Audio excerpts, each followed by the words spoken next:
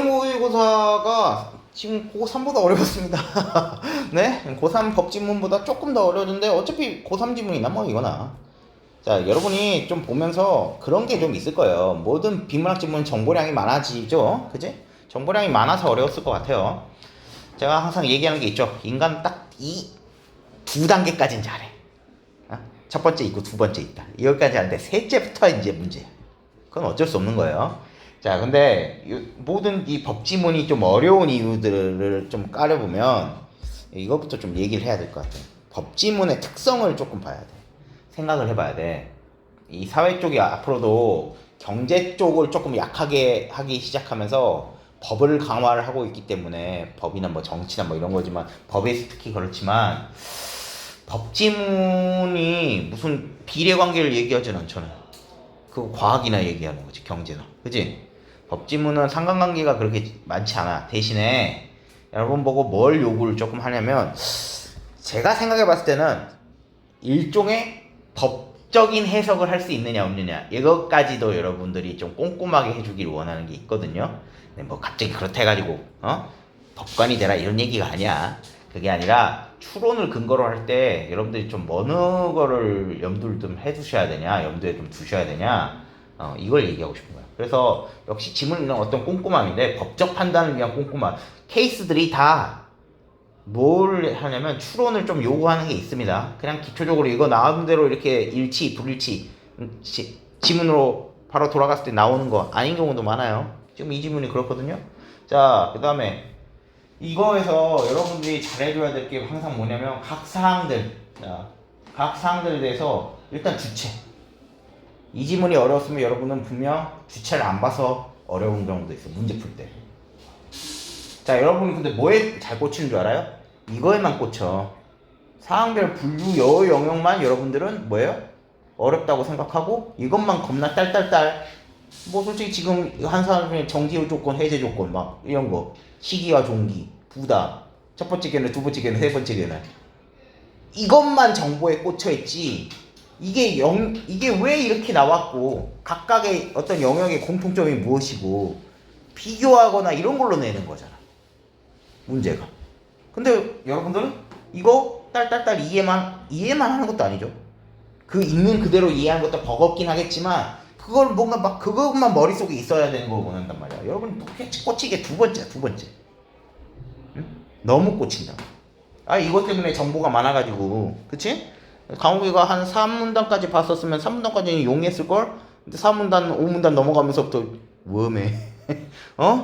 뭐야, 또 여기다가 또 첫 번째 견해, 뭐야. 그러잖아. 케이스가 많아지면 많아질수록 어려운 건 사실인데, 어떡하겠으면 그것이 왜 이렇게 엮어졌고, 이 차이점을 비교하고 공통점을 생각해 봐야 되는 게 더 중요한 건데, 그게 아니라 그걸 이해하려고 하지 않는 거지, 여러분들이. 응? 그래서 오히려 이거의 주체와 제한 조건을 잘 다뤄야 돼요. 사항별 분류에만 꽂혀 있을 게 아니라 여러분이 제한 조건과 주체를 잘 따져봐야 돼. 자, 근데 그 제한 조건이 뭐 어떤 거냐면 다만 뭐와는 달리 이럴 때만 뭐 이런 것들 다 전 제한 조건이라고 생각을 해요. 자, 특히 제한 조건은 여러분들이 이걸 뒤집어 볼 수 있어야 돼. 무슨 얘기냐면 여기 지금 보면은 뭐뭐와 달리 뭐뭐와 마찬가지로 많죠. 그지? 맞니? 그러면은 이게 법은 반대 해석이랑 확대 해석을 잘 시키는 거거든. 그게 사실 비문학적인 게 꼼꼼함과 추론이에요. 그러니까 비문학적인 지문인 거라고. 갑자기 법관 얘기하는 게 아니라 케이스들이 이 어떤 항목에 대해서 설명을 하면 이거의 반대적인 부분도 생각을 해야 된단 말이야. 근데 그런 지표를 준다고 뭐뭐와 마찬가지로 뭐뭐와 달리, 그치? 근데 여러분 그대로만 생각을 하지. 근데 반대적인 걸 생각을 안 하는 거야. 그러면서 이것들이 왜 이 속성을 가지는지 정리를 안 하고 그냥 분류된 거에만 꽂혀가지고 그거 무조건 암기해야겠다, 내가 무조건 암기해야겠다. 절대 안 돼요. 절대 안 돼. 앞으로도 법지문은 오히려 이런 사항별 분류가 왜 이렇게 나왔고 하는 걸 이해하는 게 더 중요하다. 아니 선생님 저 시험 쳐야 되는데 이거 이해할 시간이 없는데요. 1년 반 동안 이걸 해야 될 거 아니에요. 그래야 낯선 지문 대처할 수 있지. 응? 안 그러고 그냥 드립다 해가지고 풀고 뭔 의미가 있겠습니까? 자, 허용 조건도 있다. 제한 조건은 허용되는 조건들이 있어. 무슨 얘기냐? 명제를 뒤집어서 생각되면은 이거와 달리 그러면 아 이거는 이렇구나. 이게 허용 조건. 오케이? 허용되는 말이 있는 거라. 또 합의된 공통항도 있을 수 있어. 여러분들은 뭘 잘해? 대조를 잘하거든. 인간은 이분법을 너무 좋아해. 인간은 이분법을 좋아해. 그래서 긍정 아니면 부정이어야 되고, 오케이? 딱 첫 번째 뭐는 두 번째랑 달라야만 되고, 여러분 딱 이렇게 각을 세워준 걸 좋아한단 말이야. 그게 이해되기가 편하기 때문에. 근데 모든 지문들의 이런 복잡한 양의 정보들일수록 각각 이렇게 열거되는 각각의 다른 것들 얘기하는 것 같지만 여기에서 합의된 것들이 있어. 아닌 것들도 있는 거. 그 사이에 문제들은 함정을 파기 때문에 자 여러분들이 이런 사항을 염두에 두고 문제를 풀었어. 그러면은 지문을 이런 사항에 엮어서 다시 이해를 하려는 훈련을 해봐야 된다고 계속 얘기하지. 아까도 중간고사 뭐 리뷰하면서도 생각하는 훈련을 기르려고 그랬는데 생각하는 거 그냥 생각하라고 여러분 생각해요? 안 하잖아. 기준이 뭐야? 우리 중간고사 하듯이 내신하는 거는 문제들 경험치와 내가 배웠던 지식들이 이렇게 변환된다는 거가 이 선지가 여기 내용에 비추어 봤을 때 이렇구나 아니구나 한번 스스로 생각해 본다. 해답지의 유혹을 멈추고. 그지? 응? 그러고 나서 이렇게 대비를 해가지고 딱 맞는지 아닌지 이렇게 해서 내가 그 선지 어떤 배웠던 지식에 변형된 버전에 대한 경험치를 늘려야 되는 거. 그런 방향으로 생각하라고 디렉션을 내려주잖아. 그냥 여러분 보고 선지 생각 잘해야 됩니다. 하겠어요? 안 하지? 뭔 방법도 모르고. 마찬가지다. 이 지문 하나에 국한되지 않아. 법은 앞으로도 계속 이래. 지금 옛날부터 이래갖고 앞으로도 계속 그래. 그러면 문제를 풀고 나서도 지문을 다시 돌아보면서 이런 사안들에 대해서 이 문제들이 이렇게 엮어냈는데 이런 부분에 여기에 있었구나. 이 반대되는 어떤 부분이 있었구나 하고 지문을 이해하려는 훈련을 해야 돼요. 막말로 과학처럼 어렵진 않잖아. 문과 특히. 또 이과는 또 이쪽 어려울 수도 있지만 문과 솔직히 뭐 이렇게 나누는 것도 의미 없지만 특정 영역 약한 건 알겠어. 여러분이 공통으로 어려워하는 영역인 법인 것도 알겠고. 그러니까 지문을 리뷰하는 것을 더 해야 된다. 자, 모의고사 연습하라고 했어요. 자, 모의고사 연습하라고 했는데 하루에 뭐 5지문 풀고 자빠지면 여러분은 그거 할 때가 아니야. 또 무슨 시간 부족하다고. 응? 3학년 때 가면 80분 안에 못 들어올 수가 없어요. 왜? 일주일에 한 번씩 모의고사 칠 텐데. 스탑워치는 잠깐 멈추고 지문 6분 안에 풀어야 된다. 여러분 그거 할 때 아니라니까. 그런 거 필요가 없어요. 20분이라도 좋아. 내가 지문을 철저히 이해하려는 훈련을 하고 지금 당장 시험 점수가 안 나오는 게 공부를 제대로 하고 있다면 점수에 의미 두거나 시간에 구애받으면 안 돼. 응? 이런 지문들을 가지고 이런 속성들에서 이렇게 배치했구나 하고 내가 철저히 이해하는 훈련. 그리고 5지문 풀고 자빠지지 말고 하루에 하나 풀어. 하나 하고 리뷰를 하라 그랬는데 여러분이 제일 싫어하는 게 항상 얘기하잖아. 리뷰라니까. 여러분이 돌아보는 걸 싫어해요. 왜냐면 나는 문제 푸는 버릇밖에 없거든. 여러분 문제 푸는 게 공부라고만 생각하고 살았잖아. 300문제를 풀면 그게 달성된 거고. 그죠? 그렇게만 살아왔기 때문에 돌아봐서 생각하라고 하는 말의 의미를 정말 이해를 못하거나 아니면은 이게 공부가 맞아 이런단 말이야. 공부가 맞아요. 국어는 결국 문해력이잖아. 근데 그 문해력은 문제 많이 푼다고 절대 늘어나지 않습니다. 이거는 생각하는 버릇을 지가 지녀야 되는 거지. 이 지문이 나온다 안 나온다를 떠나서. 오케이? 무슨 얘기인지 알겠어요? 그리고 지금 3월 모의고사 여러분이 지금 3월 모의고사 망했으면 다 이 지문 때문이잖아요. 지금. 그잖아. 기억나잖아. 이거 막 10분 썼다고 오씨 이러다가 문항 못 풀었잖아. 이렇게 해서 되는 케이스도 있었을 거란 말이야. 순서대로 풀었다면. 모의고사 망했다면 다 이 지문 때문에 킬러가 나왔는데 다른 영역도 다 앞으로도 이럴 거라는 거지. 그러니까는 좀 훈련을 하시되 자 모의고사적인 훈련 한 지문 2지문은 다 좋아. 지금 그리고 솔직히 여러분 내신 본격 펌핑하는 시기 막판 이제 정리하면서 다른 과목들 팍팍 빠지는 시기인 한 3주 전이 아니잖아. 그러면 문학은 이미 충분히 그 교과 영역에서 계속 다루고 있으니까 그거는 조금 내려놓더라도 독서를 조금 하고 있어야 된다는 거지. 독서 지금. 그리고 기출지문 같은 거, 아니면 본인이 가지고 있는 어떤 문제집도 괜찮아. 기출이 제일 깔끔하지만 무슨 얘기냐면 문제의 질과 이 선지들, 어떤 내용과 이걸 딱 논리적으로 해명하는 가장 아트한 지문은 기출지문밖에 없어. 근데 그거 이제 리뷰하려면 15분 만에 땡쳐. 그 고3 막판 가면 하는 것들이거든요. 근데 여러분들은 돌아보는 것도 한 15분 돌아보고 다 돌아봤다 생각해. 야, 100점 맞은 애들 가끔 다 들어보면 뭐 교과서만 공부해서 이런 애들 요새 별로 없잖아. 학원 갔어도 뭐지? 이 기출 분석을 자기는 5번 했다고 얘기해. 그러면 여러분은 한 번도 동감을 못 하잖아. 역시 내가 한 지문 분석하는데 한 15분 걸리고. 그러잖아요. 내가 돌아보라 그러면 한 지문을 하고 또 뭐 하고 싶어? 빨리 끝내고 놀고 싶으니까. 학원 다른 공부하고 싶으니까. 해야 될 거 숙제 많고. 그러니까 자꾸 생각하는 그거를 단축시키려고 그런단 말이야. 여러분은 극한의 효율충이기 때문에. 근데 그렇게 해서는 문해력이 안 늘어요. 이게 효율이에요. 이게 효율. 근데 그 길을 자꾸 돌아가서 또 뭐 막판 가면 무슨 스킬에 의존한다고. 제가 계속 얘기하자면 문해력의 스킬은 없어요. 본인이 생각을 얼만큼 그 정밀하게 계속 하려는 버릇을 철저하게 하느냐. 정말 이해 안 갔을 때 한 시간이라도 붙잡고 있어야 되는 거예요. 응? 이 부분이 왜 이렇게 돼가지고 전개되고 있어서 이 지문이 이렇게 되는구나. 이게 생각하는 버릇이에요. 1시간이라도 해야 되는 거라고. 근데 여러분 딱 그냥 해설지 보고 아이씨 15분 만에 땡치고 한 지문 했다. 오늘 구했어. 아니라고.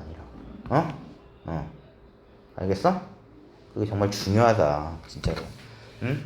그래서 막판에 가면 또 스킬 의존한다고 이제 인강 듣고 자빠지죠. 근데 내가 인강 강사들 더 잘 가르치는 건 알겠어요. 당연히 돈 억대로 받으니까.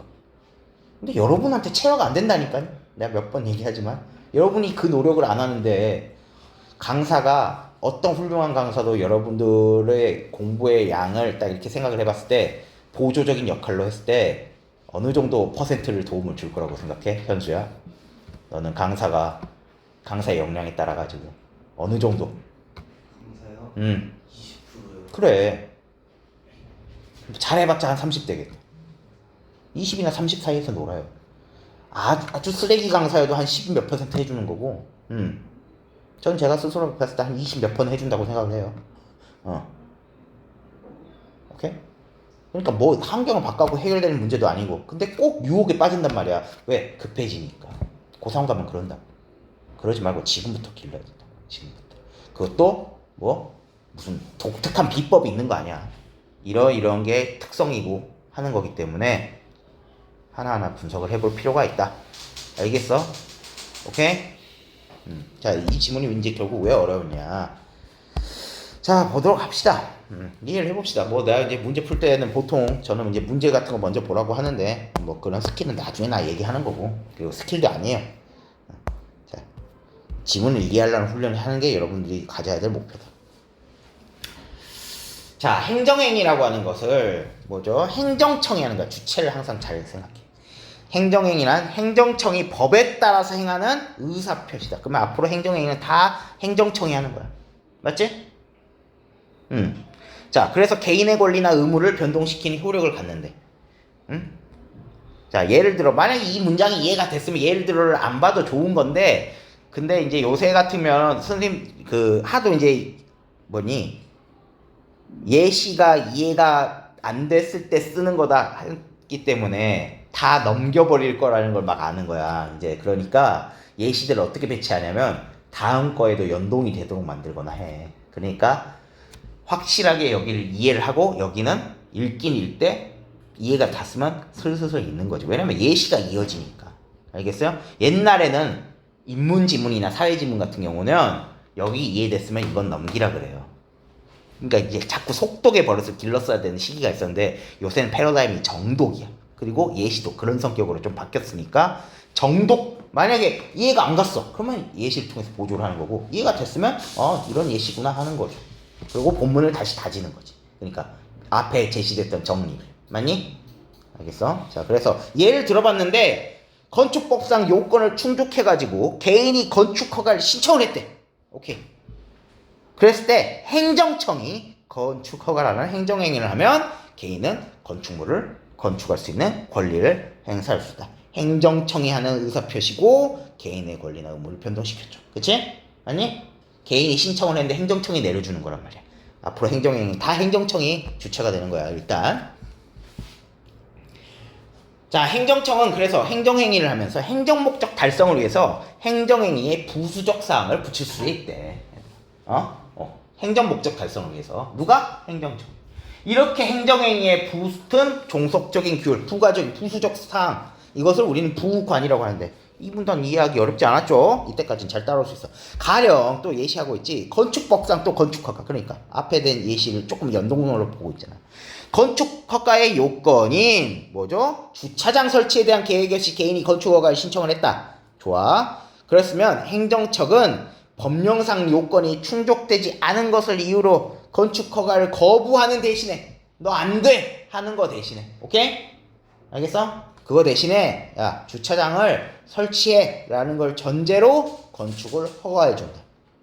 자, 즉 행정청이 주된 행정행위인 건축 허가에다가 주차장 설치를 부관으로 붙여준다. 됐니? 여기까지는 이해 잘했을 거야. 자, 그리고 이제부터 사항별 분류가 시작이 돼. 정보가 많아지기 시작한다. 자, 부관에는 조건과 기한과 부담이 있어. 그래서 이제 여러분 막 이렇게 세 가지 분류했을 때 막 외우려 할 거야. 근데 그게 아니라 잘 이해를 해보라고. 조건은 발생 여부가 불확실한 사실이래. 그거에 따라서 그냥 불확실 정도에 그냥 뭐 똥배지 해놓은 거예요. 행정행위 효력 발생 및 소멸이 결정되도록 하는 부관이다. 조건은 부관의 일부인데 뭐야 발생 여부가 불확실한 사실에 따라서 아직 뭔 말인지 잘 모르겠어. 행정행위의 효력 발생 및 소멸이 결정되도록 하는 부관이다. 요게 중요한 거죠. 자, 이때 조건을 구성하는 사실이 발생한 것을 우리는 조건 성취라고 하자. 조건은 조건 성취에 따라서 자 뭐죠? 부관인 부관인데 조건이 성취되면 발생할 수도 있고 소멸할 수도 있어. 그래서 그걸 나눠봤을 때 행정의 효력이 발생하는 게 정지 조건이라는 거래. 그리고 효력이 소멸하는 게 해제 조건이래. 기호했으니까 뭐 당연히 이거 관련돼서 문제 냈겠지. 그렇지만 이해를 잘해야 된다고. 이게 무슨 외워서 되는 게 아니라 정의야. 정의. 조건의 정의는 먼저 알고 뭔가에 따라서 발생 여부에 따라서 효력이 발생, 소멸하도록 하는 부관이다. 맞지? 이게 여러분이 머릿속에 있어야 되는 정리인 거야. 그리고 분류를 해놨는데 여러분은 이 분류만 외워버리려고 한단 말이지. 분류는 그냥 표시만 해둬도 돼. 따라오면 다시 돌아와도 되니까. 자, 주차장 예시야. 설치하면 건축허가의 효력이 발생하게 하는 부관이 뭐라고? 정지 조건이래. 주차장 설치하면 딱 효력이 발생시킨 게 정지. 오케이. 반면 주차장 설치하지 않으면 이미 발생한 건축허가의 효력을 이미 발생했던 건축허가의 효력을 소멸하게 하는 부관이 해제 조건이래. 됐어요? 오케이. 자, 그리고 두 번째 기한이 나오네. 그러면 조건과 달리 그러면은 두 개 비교가 돼야 되죠. 그지? 대조가 돼야 돼. 뭐죠? 발생 여부가 확실한 사실이네. 뭐야? 차이점이 확실해. 그러면 여기다 더블백만 해놔도 돼. 여러분이 이걸 이해하려고 엄청나게 할 건 아니고 뭐야? 비교하는 사항이잖아. 대조하는 포인트니까 이거는 여러분이 암기를 해야 될 사항이 아닌 거야. 근데 빡빡하게 다 외우려고 그런다고. 그러니까 나중에 가면 이거 이해를 못하죠. 그게 아니라 이거랑 이거 차이점은 이거구나. 그치? 단지 이 문장에 불과해. 바로 대조가 되잖아. 심지어. 그죠? 법례가 확실하다고. 기준이. 발생 여부가 확실한 사실에 따라서 효력 발생 및 소멸이 결정되도록 하는 부관이다. 그러면 조건이나 기한이나 묶어봤을 때 뭐죠? 효력을 발생시키거나 소멸시킬 수 있어. 단지 차이점은 발생 여부 불확실하나 확실하나 이 차이에 불과할 뿐. 맞니? 자, 그러고 이런 날짜가 그 예시고 기한은 역시 효력을 발생하게 하는 시기와 효력이 소멸하게 하는 종기로 나눈다. 근데 여러분 자꾸 이걸 외우려 그러니까 문제라는 거야. 알겠어요? 조건과 기한을 이해하는 게 포인트야. 응? 조건과 기한이라고 하는 말을 정의에 이해하는 게 포인트라고. 종류는 종류에 불과하고. 그죠? 돌아오면 된다니까. 이건 풀 때 돌아와도 돼. 사항별 분류는 돌아와도 된다고. 응? 문제 풀 때. 근데 자꾸 이거 막 외우려고 하면 안 된단 말이야. 됐어? 자, 그러고 부담으로 나올 때가 세 번째 부담이 나오죠. 자, 부담은 주된 행정행위의 효력과 더불어서 개인에게 별도의 의무를 부과하는 부관이래.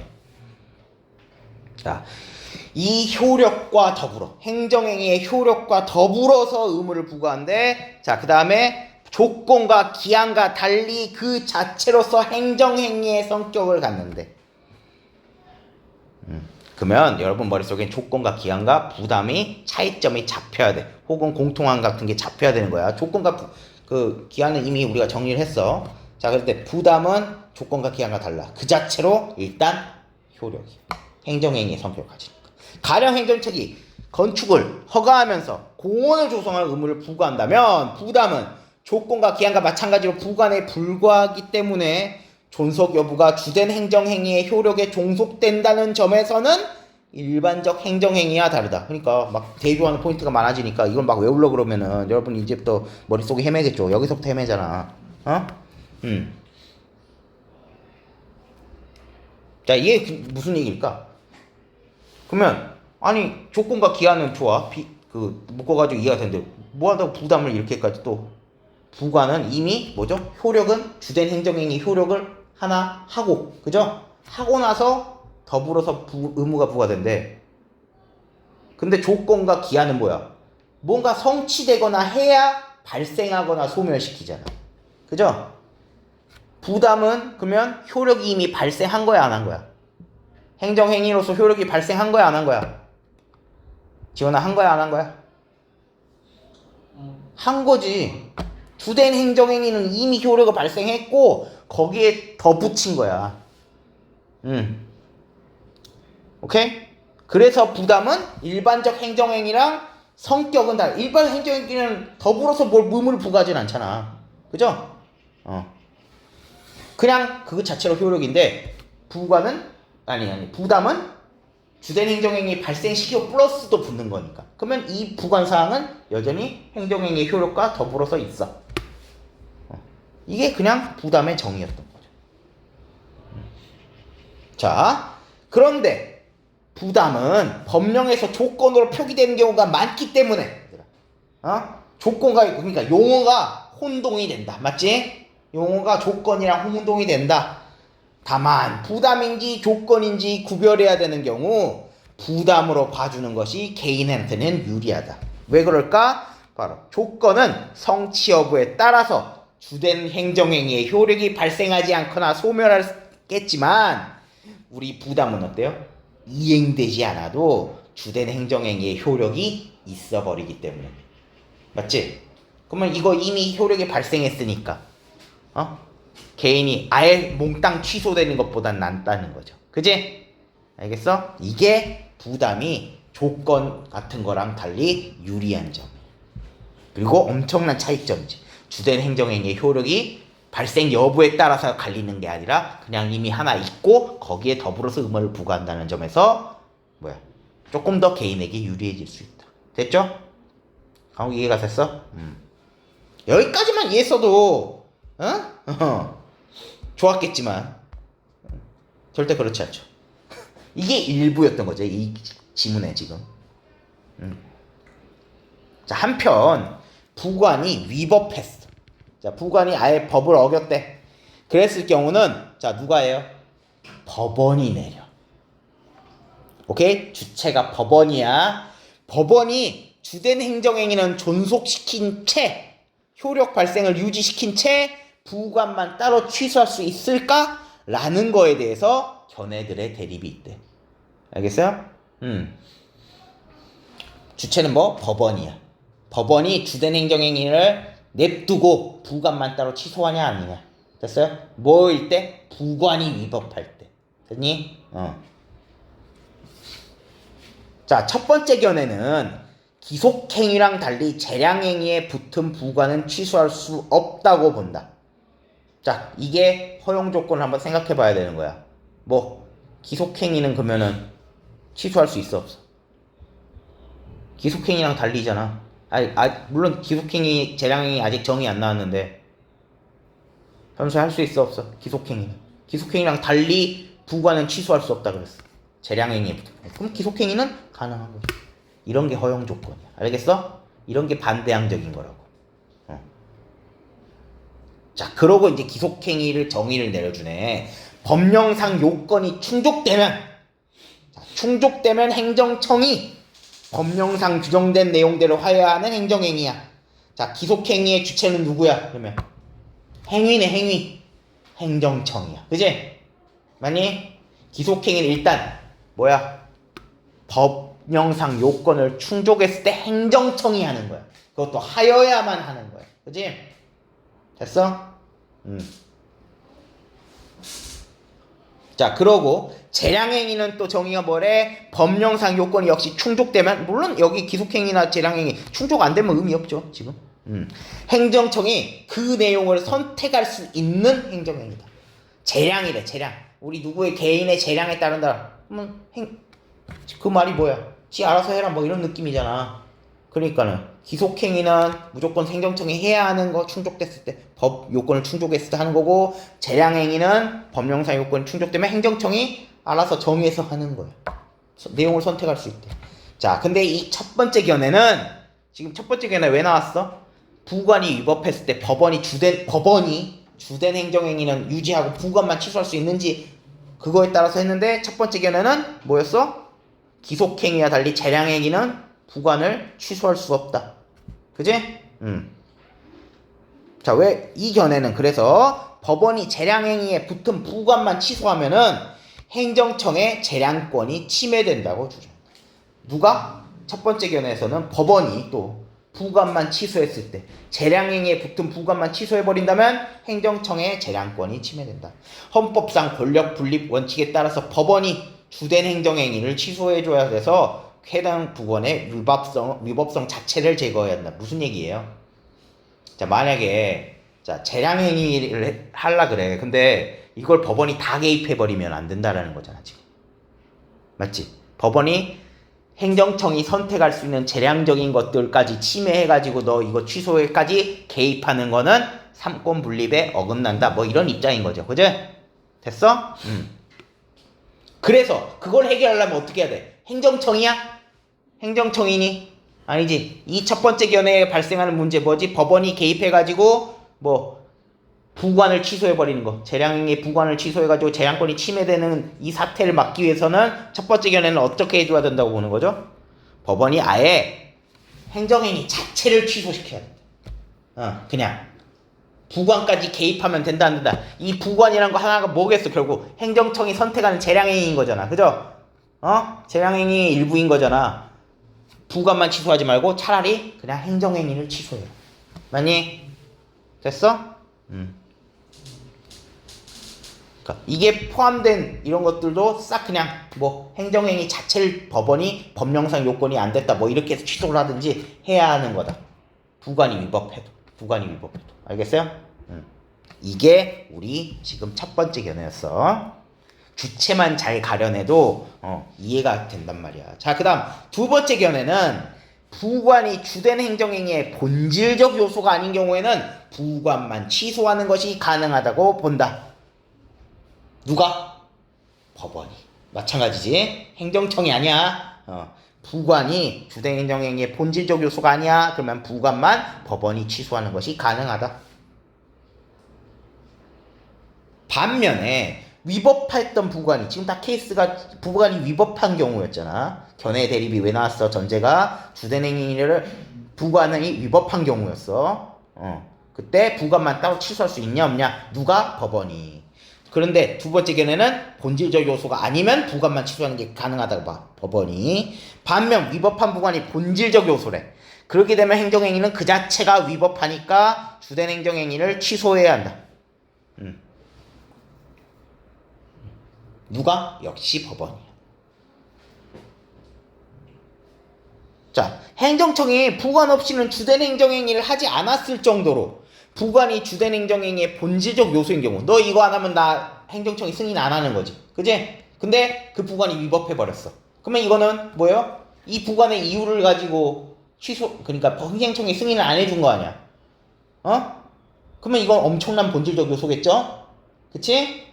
이랬을 때는 부관만 취소해버린다는 것은 위법한 행정행위는 그대로 냅둬버린다 라는 문제가 발생할 수 있다. 행정행위까지도 잘못된 왜 위법한 부관을 이유로 얘들아 위법한 부관을 이유로 행정청이 승인을 안 했다면 이미 그 행정행위 자체가 위법한 거잖아. 그죠? 그지? 근데 부관만 법원이 취소해? 그러면 이 행정행위는 위법인 상태로 남아있는 거잖아. 그죠? 그 얘기가 함축돼 있는 거야. 위법한 행정행위를 용인하는 것과 다를 바 없다. 이해됐어요? 세 번째 견해는 얘들아 부관은 주된 행정 가장 허용이 많은 부분이었어. 제도나 행정행위에 붙은 종속적 규율에 불과하니까 어느 경우든 법원이 부관만 취소할 수 있어 라고 본대. 이 견해는 법원이 부관만 취소하더라도 행정청의 재량권이 침해되거나 위법한 행정행위가 용인되는 건 아니다. 왜? 부관은 그냥 하나의 덤이니까 라고 보는 입장이죠. 자, 행정청은 그래서 주된 행정행위가 재량행위거나 위법한 경우에 대해 행정청은 새로운 부관을 다시 붙이거나 그냥 주된 행정행위의 효력을 스스로 소멸시킬 수 있기 때문이다. 누가? 행정행위가. 행정청이. 행정청이 알아서 잘 조절할 수 있으니까 괜찮아 라고 보는 거죠. 법원이 취소해도 괜찮아. 맞니? 오케이? 알아서 행정청이 알아서 갖다 붙일 테니까.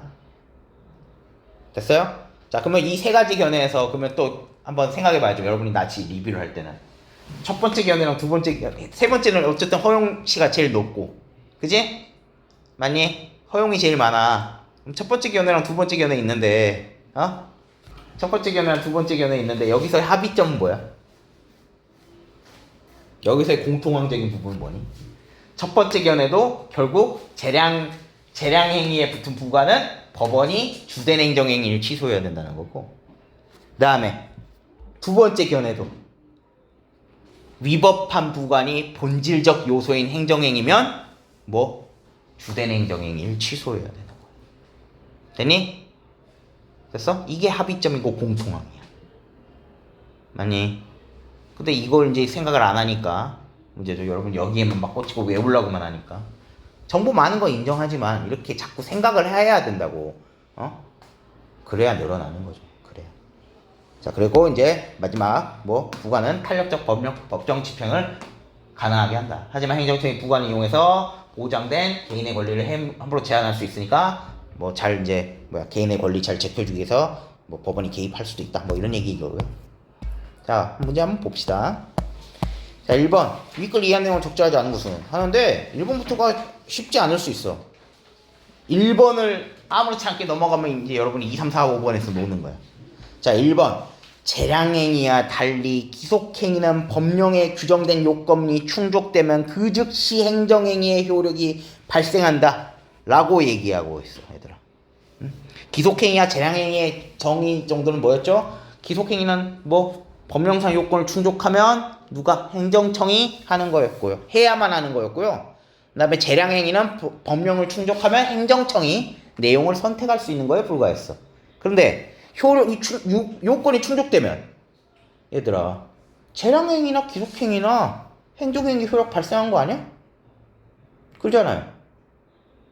행정행위잖아. 누가 하는 거라고? 기속행위 누가 하는 거야? 행정청이 하는 행정행위였단 말이야. 그지? 법령상 요건을 충족했대. 맞니?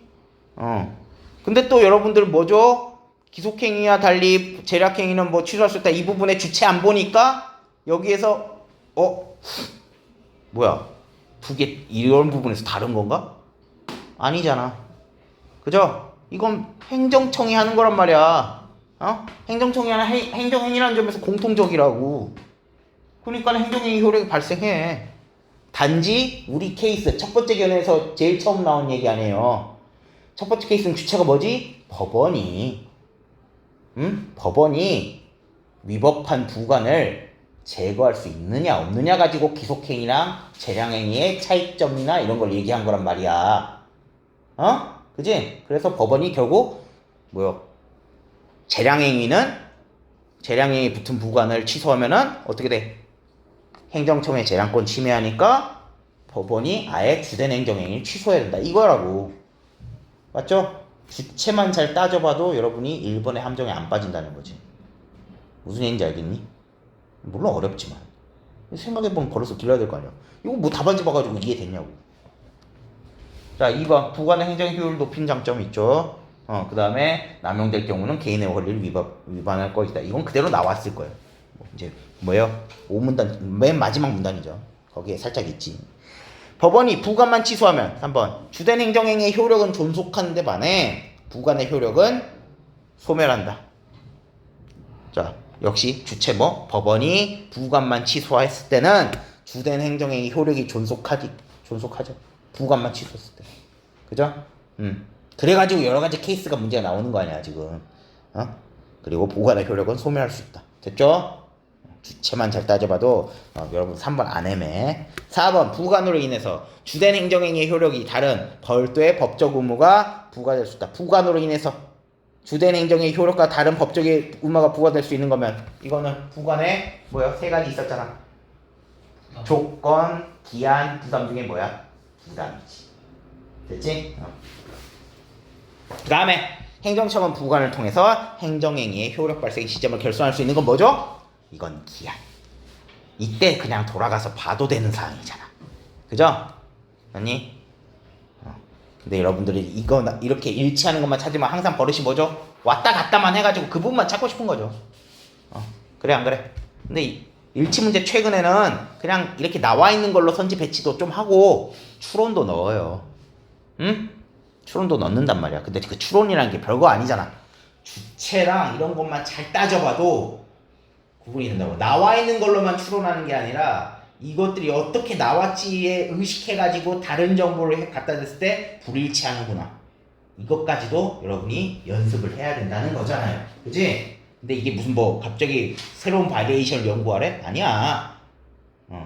본문 이해를 마지막에 철저히 해야 되는 버릇을 계속해서 리뷰하면서 길러야 된다. 그래야 여러분이 실전에 갔을 때도 잘하는 거야. 맞니? 자, 1번 문제부터 쉽지 않아. 자, 2번은 의외로 편해.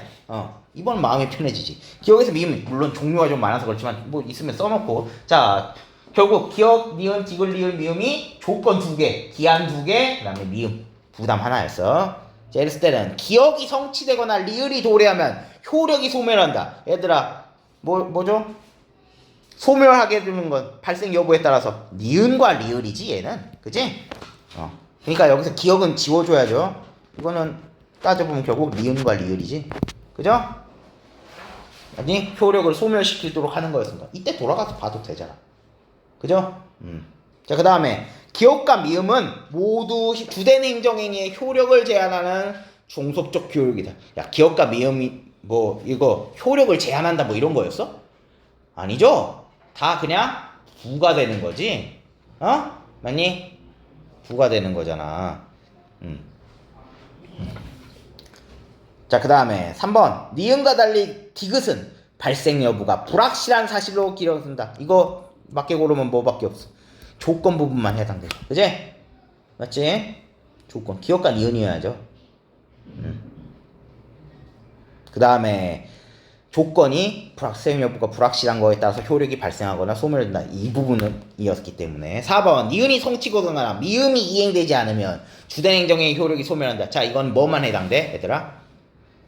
조건과 기한에만 해당되죠. 그러니까 기억, 니은, 디귿, 리을에만 해당되는 건데 효력도 소멸하는 거니까 뭐만 해당될 수 있지? 니은과 리을만 해당될 수 있는 거죠. 자, 근데 절대 될 수 없는 건 미음이죠. 이제 미음은 가장 큰 차이점은 뭐였어? 이미 효력은 효력은 있고 거기에 더불어 의무를 부과한 거였어. 그지? 자, 그럼 마지막 5번 디귿과 리을이 모두 붙은 행정행위의 경우 디귿과 리을 사이의 기간에 행정행위의 효력이 존속한다. 이렇게 봐줘야 되는 게 5번이었던 거죠. 그나마 풀기 쉬웠던 문제. 정보도 다 그대로 나와 있고요. 자, 그러고요. 3번 가의 전제래. 얘들아, 항상 밑줄을 어디다 그어두느냐에 따라서 이런 문제는 좀 성격이 갈리는데, 만약에 과학 지문이나 이런 데서 첫 번째나 이런 이 문단의 도입부 부분에 어떤 원리에 대해서 밑줄을 그어놨어. 그걸 가지고 물어보잖아? 그럼 본문을 다 읽고 고려를 해줘야 돼. 종합적 이해를 물어보는 거거든요. 근데 이렇게 중간이나 이런 부분에 있으면 기본적으로 뭐죠? 그 문단 안에서 해결돼요. 그게 안 됐을 때 점점 올라가거나 내려가야 되는 거지만 대부분은 그 문단 안에서 해결하라는 얘기야. 알겠어? 자, 그랬을 때 지금 이거 법원이 재량행위에 붙은 부관만 취소하면 행정청이 재량행위 취소만 된다고 부정한다. 순서는 어떻게? 이 문장부터 이해하고 뭐죠? 바로 앞으로 가서 봐야 돼요. 자, 기속행위는 법령상 요건이 충족되면 어쩌고저쩌고 행정청이 하는 행정행위고 재량행위는 행정청이 그 내용을 선택할 수 있는 거였어. 그런데 이거를 만약에 하면은 그 법원이 부관만 취소하면 행정청의 재량권이 침해된다 이 얘기였거든요. 전제는 뭐죠? 그 앞에 있는 거야. 재량은 행정청이 선택할 수 있는 거다. 그래서 1번이야. 이제 1번, 4번 해놨지만 이게 맞다는 얘기가 아니라 여러분이 헤맸을 영역을 얘기하는 거야. 자, 1번이 당연히 정답이고요. 그리고 그 문단에서 뭔 얘기하죠? 그러니까 부관이 위법한 경우 뭐 이제 뭐 이런 얘기 한 거죠. 그래가지고 뭐 저 취소할 수 없다 이렇게 한 거고. 이 문장 안에서 끝난다고. 이 문단 안에서 보통 끝난다고. 행정청이 선택한다는 거잖아. 그죠? 그 부상만 딱 갈려서 봤으면 1번이라는 거죠. 근데 여러분 1번이 정답인 경우 잘 안 믿으니까 또 나머지도 본단 말이야. 자, 2번 부관의 효력이 소멸돼. 그러면 기속행위랑 재량행위의 구분이 사라져? 부관의 효력이 소멸됐을 때는 이게 구분이 사라집니까? 부관은 행정행위의 종속적 교율에 불과하죠. 그지? 근데 무슨 두 개 사이에 구분이 해가지고 기속행위랑 재량행위는 둘 다 행정행위에 불과한데, 그지?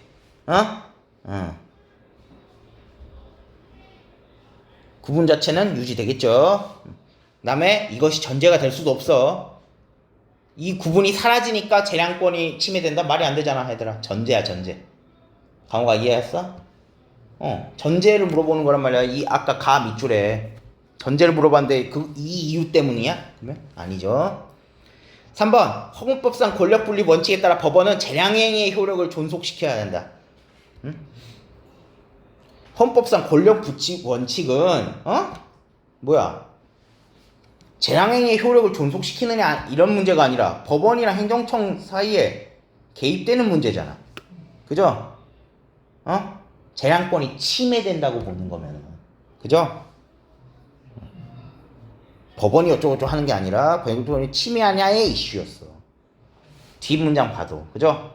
침해하는 거. 근데 무슨 재량행위 효력을 존속시켜야 되니까 재량권이 침해된다. 전제가 안 맞잖아요. 4번 고급 문제요. 선지야. 자, 재량행위의 경우 법령상 요건의 충족 여부에 대한 판단권은 행정청의 고유 권한이다. 뭘로 말고 왔어? 결국 주어로 말고 왔잖아. 누구죠? 이거 지금 요구가 법원이야. 맞지? 5번 기속행위와 달리 재량행위의 경우 법원은 행정행위 위법 여부를 판단하죠. 그리고 뭐 둘 다 지금 뭐죠? 둘 다 지금 전제가 뭐예요? 아니 여기 문단에서 얘기하는 게 뭐야? 법원이 부관이 위법한 경우에 법원이 법령상 요건 이런 걸 지금 판단하는 거잖아. 그지? 판단할 수 없다 그러면 어떡해? 판단할 수 있지. 이게 전제가 되지도 않지만 내용도 틀렸어요. 알겠어요? 자, 3번 됐고 4번 A에서 C에 대한 이해로 적절하지 않은 것은 보랍니다. 첫 번째 견해, 두 번째 견해, 세 번째 견해. 그거. 자, 첫 번째 1번 재량행위 위법한 부관이 붙었어. 그러면 A는 첫 번째 견해는 위법한 부관이 붙은 재량행위, 행정행위 자체를 누가? 법원이 취소해야 된다고 본다. 됐어? 됐죠? 오케이.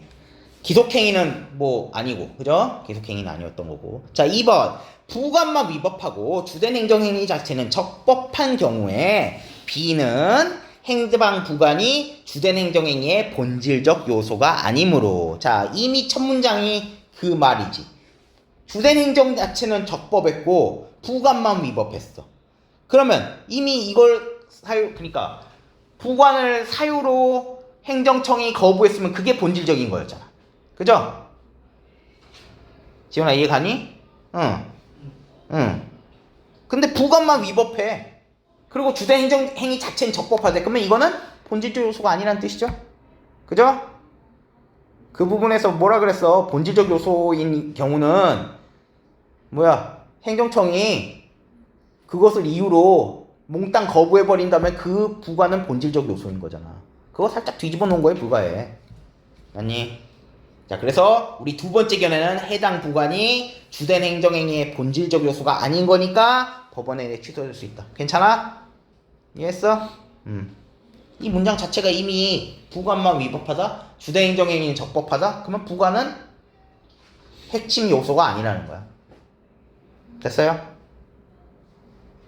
3번 부관이 취소되면 주된 행정행위가 위법해지는 경우라 할지라도 C는 법원이 해당 부관을 취소할 수 있다. 우리 C가 제일 형체가 넓었죠? 그치? 그러니까 3번 아마 절대 고르지 않았을 거야. 2번 살짝 물음표 쳤겠지만 넘어갈 수 있는 요소고 제가 방금 얘기해 준 겁니다. 자, 근데 4번, 5번을 많이 헤매지. 4번, 5번이었어요. 자, 재량행위에 부관이 붙은 경우 행정청이 부관 없이는 주된 행정행위를 하지 않았을 것이라면, 자, 그러면은 이 3번과 4번 사이 이미, 아니 2번과 4번 사이 이미 본질적 요소냐 아니냐 이런 걸 판단하라는 능력을 요구하는 거야. 재량행위에는 부관이 붙었어.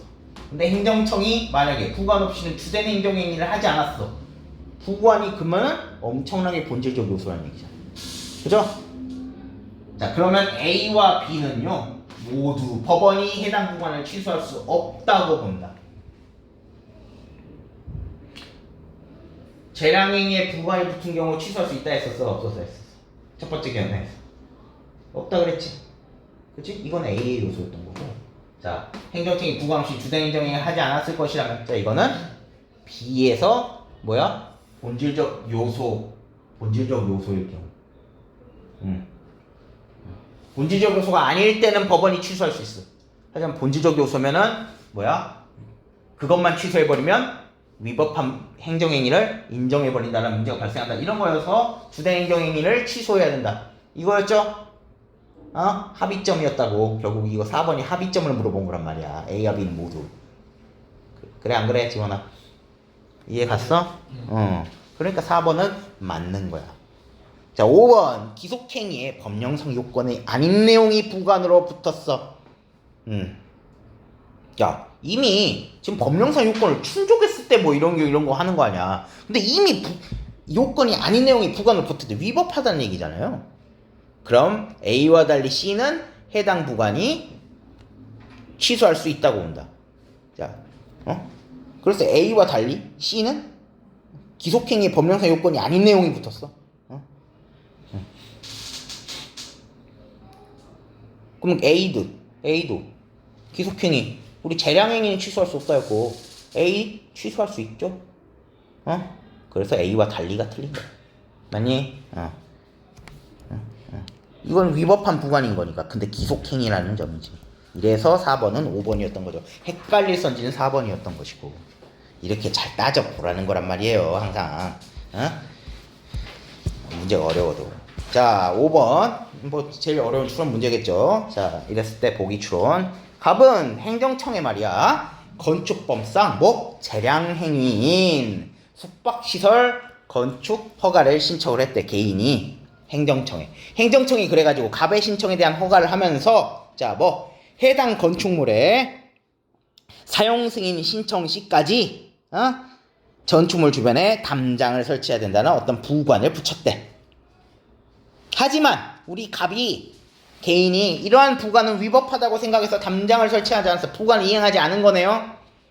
근데 재량행위였어. 그치? 건축법상 재량행위였어. 재량행위라고 전제를 내려줬어. 근데 이제 행정청이 이런 부관을 붙였어. 근데 부관이 위법하다 생각해서 담장을 설치하지 않았대. 이후 갑은 숙박시설이 완공돼서 해당 건축물의 사용 승인을 신청하였대. 사용 승인. 자, 그리고 위법을 이유로, 이 부관의 위법을 이유로 행당 부관만의 취소를 구하는 소를 제기했고 법원도 이를 받아들였대. 자, 단 건축 허가를 받지 않고 건축물을 건축하는 행위는 아예 법적으로 틀린 거야. 건축법상 틀린 거야. 그러면 우리 뭐죠? 지금 법원이 승낙해준 거라면 뭐죠? 전화해준 거라면 건축법상 건축 허가를 해준 거죠. 이건 내려준 거고 부관을 취소해 준 거겠지 지금? 자 1번 갑의 건축행위 위법 여부를 고려했을 때 보기의 부관의 조건이 아닌 부담으로 보는 것이 갑에게 유리하다.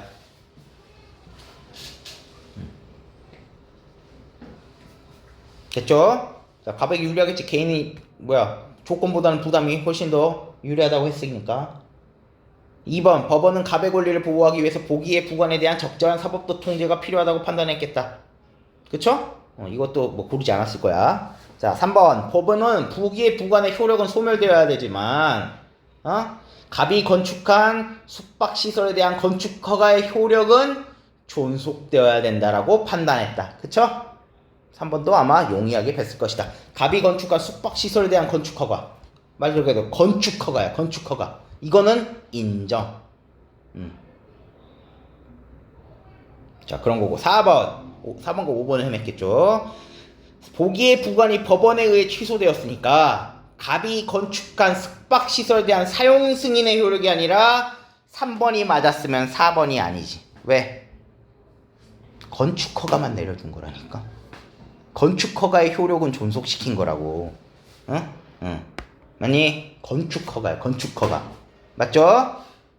숙박시설 사용 승인이 아니라 건축 허가를 신청한 거고 법원은 거기에 행정청이 붙여둔 이거 뭐 단장 설치해야 된다. 사용 승인 신청 시까지. 그래서 그 부관이 위법해서 안 된다. 부관 취소해. 이렇게 해준 거잖아. 숙박시설의 사용 승인의 효력은 아니라 건축 허가만 내려준 거야. 그죠?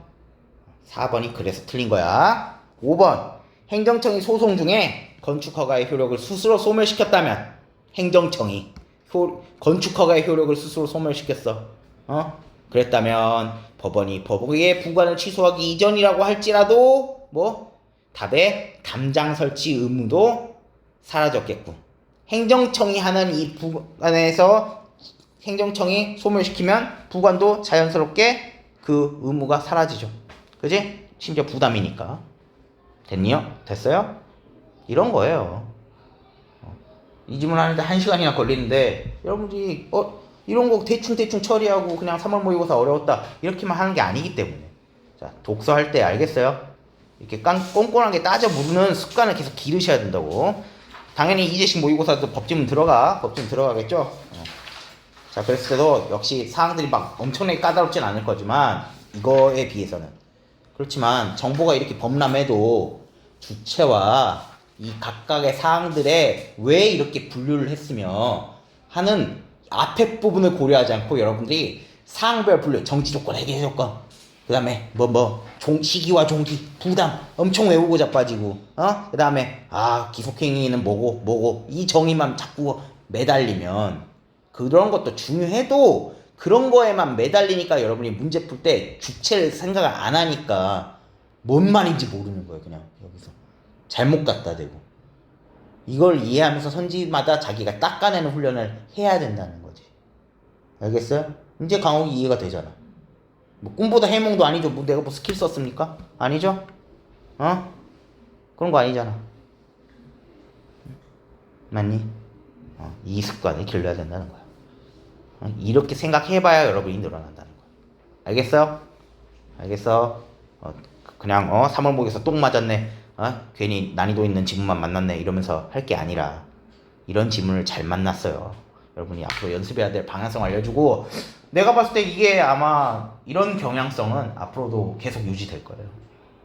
법지문에서 더 정보는 많고 그렇지만 이런 걸 가지고 추론할 때 그 영역만 가지고 추론을 하는 게 아니라 이것이 왜 엮여졌는지의 원리를 고려하고 주체와 이것을 했을 때 어떤 경우들에서 반대되는 이런 해석, 허용되는 해석, 쉽게 얘기하는 이런 것들을 가늠해서 또 각각 합의된 사항들의 공통점이라고 하는 것들도 따져 물어야 되는 걸로 추론을 내는 식으로 될 거란 말이지. 알겠어요? 그래서 그런 부분들을 여러분들이 계속 이해하려는 연습을 해야 된다. 알겠지? 문제는 사항별 분류에만 있지 않다는 거야. 근데 분류된 거에만 꽂혀 있으면 안 된다고. 알겠어? 분류된 거는 언제든지 돌아올 수 있어. 그 지식은 분류된 기준과 그것의 속성들을 알아야 돼. 왜 이렇게 했는지. 또 어떤 경우에 이런 거에 발생하는지. 맞지? 이해했어요? 자, 이런 얘기를 할 수 있겠어요. 자, 조금 쉽시다.